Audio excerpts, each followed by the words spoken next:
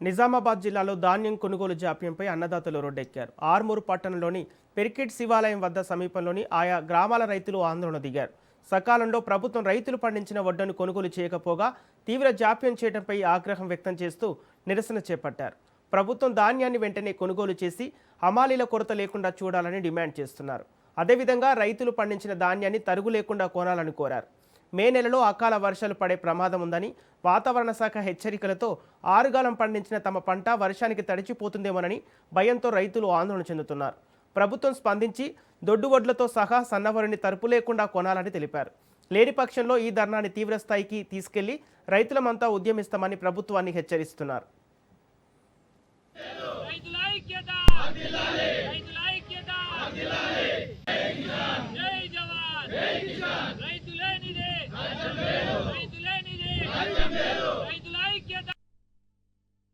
ఈ రైతు ప్రభుత్వం అని చెప్పుకునే రేవంత్ రెడ్డి ప్రభుత్వం ఇవాళ రైతులకు ఇంత బాధలైనా కానీ ఏనాడు ఒక రోజు స్పందించడం లేదు.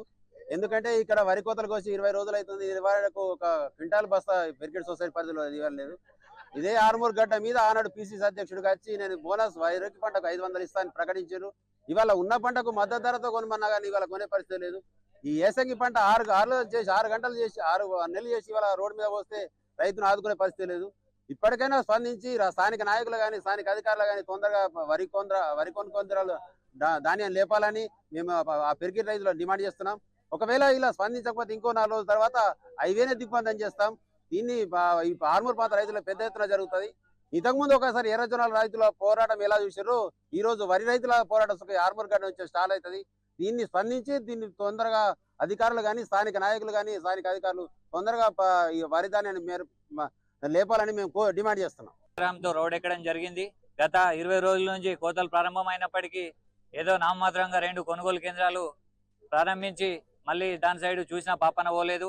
ఈ అధికారులు ఏదైతే గతంలో ఇప్పుడు కోతలు చాలా పెద్ద ఎత్తున జరిగినాయి. రోడ్లపైన ఎక్కడెక్కడ ధాన్యం కుప్పలు పోవడం జరిగింది. ఈ అకాల వర్షాలు పడి రైతులు నానా విధాలుగా నష్టపోతా ఉన్నారు. ఇప్పటికైనా అధికారులు కళ్ళు తెరిచి దీని మీద ఒక దృష్టి సారించి వెంటనే లారీలను పంపించి తూకాలు వేయించి అక్కడ రైస్ మిల్ల దగ్గర దించుకునేలా చేసి రైతులను సత్వరమే వారికి న్యాయం జరిగేలా చూడాలని చెప్పేసి కోరుతా ఉన్నాం. ఇప్పుడు ఇక్కడ ధర్నా చేయడం వల్ల డిసిఓ గారు మాట్లాడడం జరిగింది. ఆ తూకం విషయంలో కూడా ప్రతి 40 కిలోల బ్యాగ్ రైస్ మిల్లర్లు 5 కిలోలు 6 కిలోలు కడతా అడుగుతా ఉన్నారు. దాన్ని దృష్టి సారించి కేవలము 1 కిలో 2 కిలోలు తరుగు తీసుకొని రైతులందరూ కూడా సరైన విధంగా న్యాయం చేయాలని చెప్పేసి కోరుతా ఉన్నాం.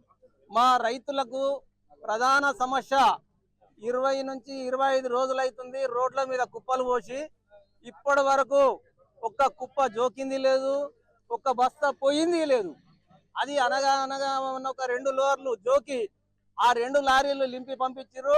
అవి రైస్ మిల్లర్లు కొర్రి పెట్టి రైస్ మిల్లర్లు ఇప్పటికి కూడా ఆ బస్తాలు దించలేరు. నిన్న ఈ రస్తా వరకు చేస్తామని చెప్పి పిలుపునిస్తే రాత్రి దించిర్రు. పట్టి లారీలు పంపిర్రు. ఇవాళ 3 రోజులు ఆగమని టైం ఇచ్చిర్రు. ఆ 3 రోజులలో లేపకుంటే హైవే దిగ్బంధం చేస్తామని చెప్పి ఈ రైతు ప్రభుత్వం అని చెప్పుకునే రేవంత్ రెడ్డి ప్రభుత్వం ఇవాళ రైతులకు ఇంత బాధ